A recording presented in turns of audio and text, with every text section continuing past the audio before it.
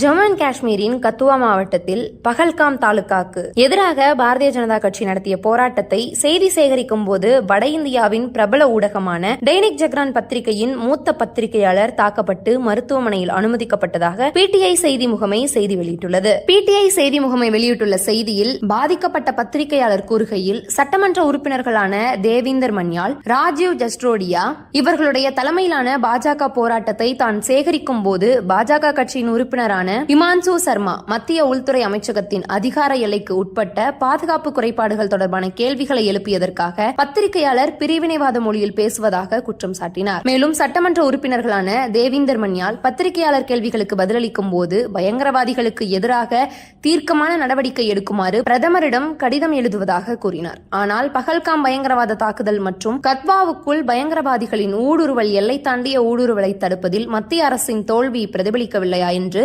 போராட்டத்தில் பங்கேற்ற பாஜக தலைவரிடம் கேட்டபோது உடனிருந்த கட்சி நிர்வாகிகள் எரிச்சல் அடைந்தனர். குறிப்பாக பாஜக நிர்வாகி ஹிமான்சுவின் தொடர்ச்சியான கருத்துக்களுக்கு எதிர்ப்பு தெரிவித்து போராட்டத்தை புறக்கணிக்க முடிவு செய்து போராட்ட களத்தை விட்டு வெளியேறினர் என்று ராகேஷ் சர்மா கூறினார். இதற்கிடையில் பாஜக நிர்வாகி ஹிமான்சுவுடன் இருந்த ரவீந்தர் சிங், அஸ்வானி சர்மா, மஞ்சித் சிங், டோனி மற்றும் பர்வீன் சுனா உள்ளிட்ட பலர் சேர்ந்து பொதுமக்கள் முன்னிலையில் ராகேஷ் சர்மாவை கடுமையாக தாக்கியதாகவும் அவர் கூறினார். பிறகு தன்னை காவல் துணை கண்காணிப்பாளர் ரவீந்தர் சிங் காப்பாற்றியதாகவும் அரசு மருத்துவக் கல்லூரி மருத்துவமனையில் சிகிச்சைக்காக அனுமதித்ததாகவும் ராகேஷ் சர்மா கூறினார் என பிடிஐ செய்தி முகமை வெளியிட்டுள்ள செய்தியில் குறிப்பிட்டுள்ளது. இது தொடர்பாக மூத்த பத்திரிகையாளர் குழு மூத்த காவல் கண்காணிப்பாளர் கதுவா ஷோபித் சக்சேனாவை சந்தித்து குற்றம் சாட்டப்பட்டவர்கள் மீது எஃப்ஐஆர் பதிவு செய்து அவர்களை கைது செய்யுமாறு கோரிக்கை விடுத்துள்ளனர்.